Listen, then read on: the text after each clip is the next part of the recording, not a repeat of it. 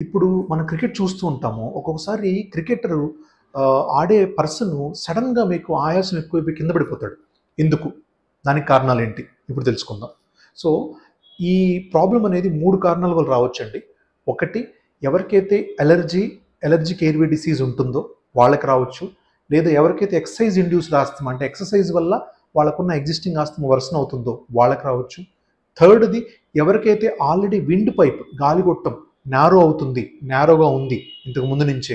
ఇప్పుడు క్రికెటర్ చేసిన ఎక్సర్సైజ్ వల్ల అయ్యుండొచ్చు, ప్లే వల్ల అయ్యుండొచ్చు.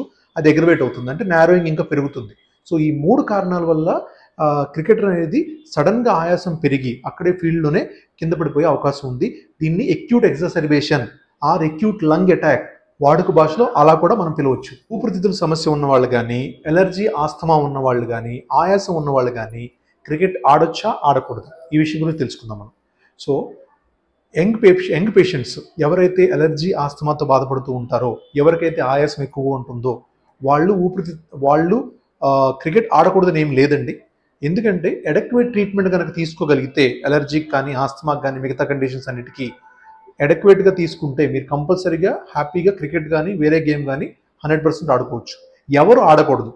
ఎవరికైతే లంగ్ డిస్ట్రక్షన్ గానీ, లంగ్ ఫైబ్రోసిస్ కానీ, బ్రాంకియక్టాసిస్ కానీ అలాంటి పర్మనెంట్ డిసీజెస్ ఎవరికైతే ఆల్రెడీ సెట్ అయి ఉంటాయో వాళ్ళు మాత్రమే క్రికెట్ ఆడకూడదు.